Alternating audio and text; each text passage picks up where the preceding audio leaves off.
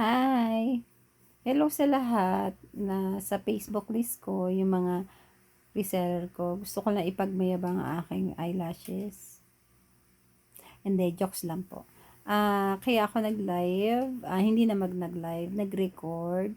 Kasi gusto ko po sana pasabi sa inyo na ako'y magpapaalam. Ako'y magbabakasyon for 1 week, Monday to Monday. So, sa mga reseller lang po ako magre-reply, sa mga buyer out po muna for 1 week. Ayan, sa mga reseller po ako updated. So, ayan, tuloy pa rin. Ayan, kung nakikita nyo, ang ganda ng kinis na mukha ko. May bibenta ako sa inyong beauty product. So, ito yung gamit ko. Ayan. Naku, ang ganda niya mga madam. Talaga ang konti lang nang nilagay ko talaga. Grabe. At saka may proven yan, yung before and after. Kasi may nanonood habang nagme-makeup ako. So, ayan, bibentahan ko kayo yan. Mura lang. So, magpapamember ako dyan. At saka gamit ko eyeshadow. Ayan. Ayan, yun na maganda ako ngayon. Ngayong araw na to, itutulog ko siya. Yes, itutulog ko tong kagandahang ito para bukas na umaga maganda ako sa pagkising ko. Ayan, di ba? Minsan ka lang gumanda. Tsaka quarantine, alam nyo ba?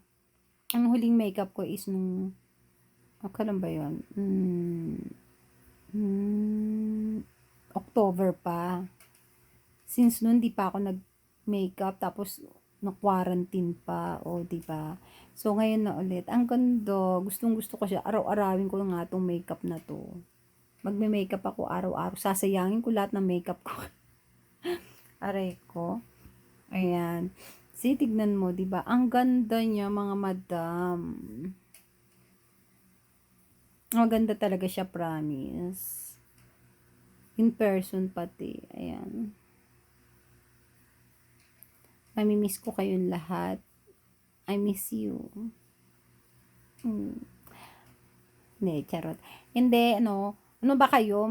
Ano lang ako, magre-rejuvenate ako sa sarili ko. Puro na ako business. Wala na akong social life. Kailangan ko mag-jet ski. Kailangan ko pumunta sa beach. Kailangan ko mag-swimming. Kailangan ko mag-two-piece. Kailangan ko mag-fishing. Isang linggo na yun para sa akin lang yun. Diyos ko naman, maawa naman kayo. Puro na ako hanap buhay. Wala na akong social life.